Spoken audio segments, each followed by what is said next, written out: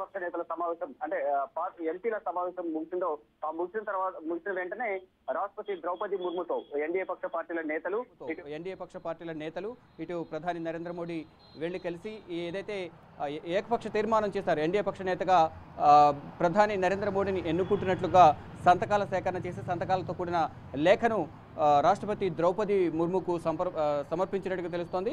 మరోవైపు ఈ రాష్ట్రపతి భవన్లోనే 9వ తేదీన ప్రధానమంత్రిగా భారత ప్రధానిగా 3వసారి నరేంద్ర మోడీ ప్రమాణ స్వీకారం చేయబోతున్నారు. సాయంత్రం 6 గంటలకు. దానికి సంబంధించి కూడా నూతన ప్రభుత్వాన్ని ఏర్పాటుకు ఆహ్వానించాల్సిందిగా దానికి అనుమతి ఇవ్వాల్సిందిగా ఇటు రాష్ట్రపతి ద్రౌపది ముర్మును కూడా వారు కోరినట్లుగా తెలుస్తోంది. ఇటు ద్రౌపది ముర్మును కలిసిన అనంతరం ఇటు ఎల్కే అద్వానీ, మురళీ మనోహర్ జోషి, మాజీ రాష్ట్రపతి రామ్నాథ్ కోవింద్లతో కూడా ప్రధాని నరేంద్ర మోడీ కలిసి మర్యాదపూర్వకంగా కలిసి వారితో ఇష్టాగోష్ఠిగా కొంచెం చర్చించారు. వాళ్ళు కూడా 3వసారి ప్రధానిగా ఎన్నికవడం చాలా సంతోషంగా ఉన్నట్టు కూడా ఇటు ప్రధాని నరేంద్ర మోడీని ముగ్గురు ఆశీర్వదించారు.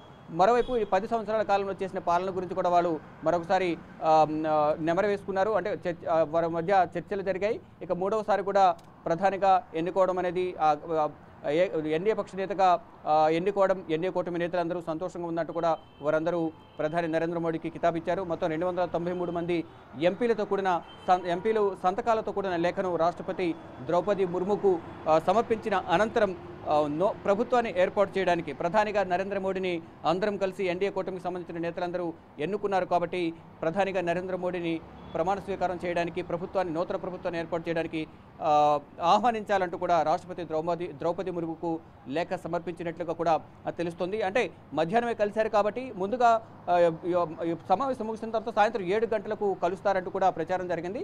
కానీ మళ్ళీ కలుస్తారా లేదనేది అధికారిక ప్రకటన అయితే ఇప్పటివరకు రాలేదు. మధ్యాహ్నమే ఈ ఎన్డీఏ కూటమికి సంబంధించిన ఎంపీల సమావేశం ముగిసిన వెంటనే వెళ్ళి రాష్ట్రపతి ద్రౌపది ముర్మును కలిసి ఆ సంతకాలతో కూడిన లేఖను సమర్పించి ప్రభుత్వాన్ని ఏర్పాటు చేయడానికి ఆహ్వానం పలకాలంటూ కూడా కోరిన నేపథ్యంలో ఇప్పటికే ముహూర్తం ఖరారు చేసుకున్నారు. రాష్ట్రపతి భవన్లోనే రాష్ట్రపతి ఆధ్వర్యంలోనే రాష్ట్రపతి చేత ప్రమాణ స్వీకారం అనేది ఉండబోతోంది. అదే ప్రధానిగా నరేంద్ర మోడీ 9వ తేదీన సాయంత్రం 6 గంటలకు ఈ ప్రధానిగా నరేంద్ర మోడీ మరికొంతమంది కేంద్ర మంత్రులు ప్రమాణ స్వీకారం చేయబోతున్నారు. శివ, అలాగే ఎన్డీఏ పక్ష నేతలు కూడా ఈ సమావేశానికి హాజరైనట్టు తెలుస్తుంది. ద్రౌపది ముర్మును కలిసినట్టు తెలుస్తుంది. ఇందులో ఎవరెవరు ఉన్నారు ముఖ్యంగా శివ?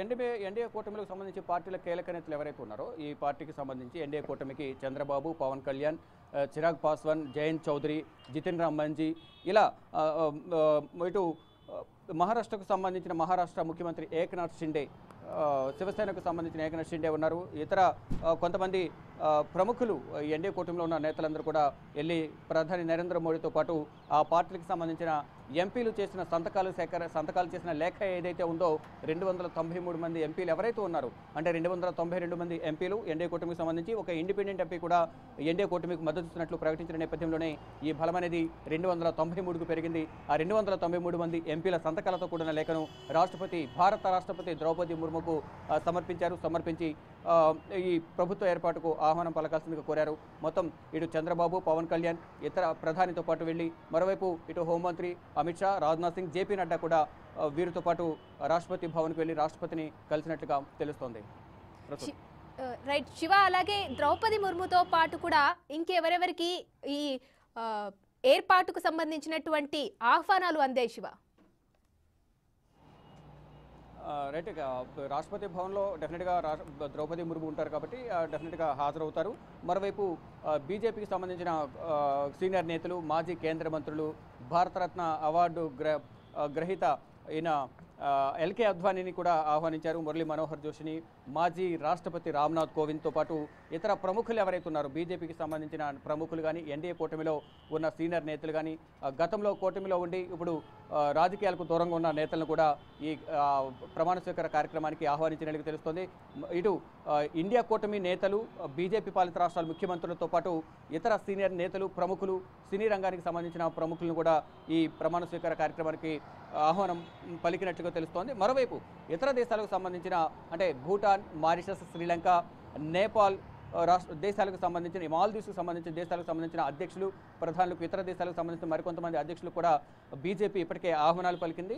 వారందరూ కూడా ప్రమాణ స్వీకార కార్యక్రమానికి 9వ తేదీన ఏదైతే ప్రధానిగా నరేంద్ర మోడీ 3వసారి ప్రమాణ స్వీకారం చేయబోతున్నారో ఆ కార్యక్రమానికి ఇతర దేశాలకు సంబంధించిన ప్రతినిధులు కూడా హాజరు కాబోతున్నట్లుగా తెలుస్తోంది. ప్రసూన, ద్రౌపది ముర్ముతో ఈ భేటీలో ఇతర అంశాలు కూడా ఏమైనా చర్చించే అవకాశాలు ఏమైనా కనిపిస్తున్నాయా శివ? రైట్, అంటే ఇతర అంశాలకు సంబంధించి ప్రధానంగా ఇప్పుడు ప్రభుత్వ ఏర్పాటుకు సంబంధించి మాత్రమే ప్రధానంగా వారి మధ్య చర్చ జరిగింది. మొన్న ఎన్డీఏ పక్ష సమావేశం ఎన్డీఏ పార్టీలకు సంబంధించిన నేతలు ఎవరైతే ఉన్నారు ప్రధానంగా ఆ పార్టీకి సంబంధించిన అధినేతలు మాత్రమే 2 డేస్ బ్యాక్ ప్రధాని నరేంద్ర మోడీ నివాసంలో సమావేశమయ్యారు. సమావేశమైన తర్వాత వెళ్ళి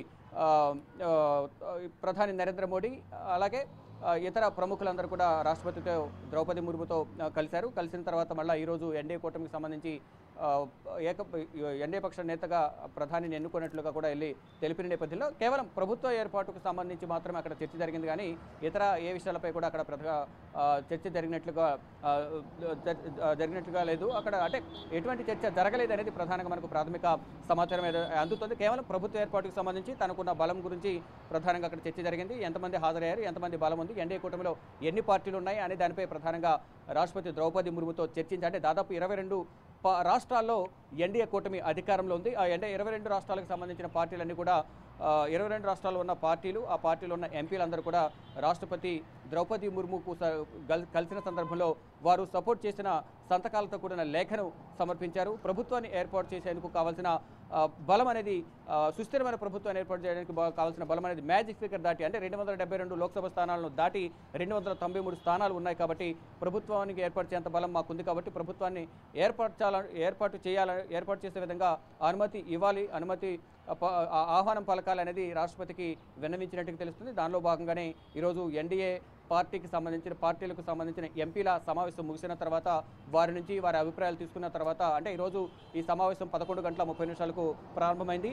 ఎన్డీఏ పక్ష నేతగా ప్రతిపాదిస్తూ రాష్ట్రపతి రాజ్నాథ్ సింగ్ కేంద్ర రక్షణ శాఖ మంత్రి రాజ్నాథ్ సింగ్ ప్రధాని నరేంద్ర మోడీ పేరును ఎన్డీఏ పక్ష నేతగా ప్రతిపాదించిన తర్వాత హోంమంత్రి అలాగే ఇటు చంద్రబాబు నాయుడు, జనసేన అధినేత పవన్ కళ్యాణ్, ఇతర నేతలందరూ కూడా ఈ రాజ్నాథ్ సింగ్ ప్రతిపాదించిన ప్రతిపాదనను బలపరుస్తూ కూడా అందరము ఎన్డీఏ కూటమితో ఉంటున్నాము, ప్రధాని నరేంద్ర మోడీని అంటే ఎన్డీఏ పక్ష నేతగా 3వసారి ఎన్నుకునేందుకు మా మద్దతు ఉంటుందంటూ కూడా వారందరూ బహిరంగంగా మద్దతు పలికారు. తర్వాత అందరి ఎంపీల నుంచి వారి పార్టీలకు సంబంధించిన ఎంపీలు ఇటు టీడీపీకి సంబంధించి, జనసేనకు సంబంధించి, బీజేపీకి సంబంధించి, ఏపీకి సంబంధించిన పార్టీలకు సంబంధించిన ఎంపీలందరూ సంతకాలు సేకరణ చేశారు. అలాగే ఇతర 22 రాష్ట్రాల్లోని ఎన్డీఏ కూటమి పార్టీలకు సంబంధించిన నేతలందరి సంతకాల సేకరణ చేసిన తర్వాత ఆ లేఖను రాష్ట్రపతి ద్రౌపది ముర్ముకు ప్రధాని నరేంద్ర మోడీ ఎన్డీఏ కూటమి పార్టీలో ఉన్న నేతలు వెళ్లి కలిసి ప్రభుత్వాన్ని ఏర్పాటు చేయడానికి ఆహ్వానం పలకాల్సిందిగా చర్చించినట్లు తెలుస్తోంది. Right, thank you Shiva.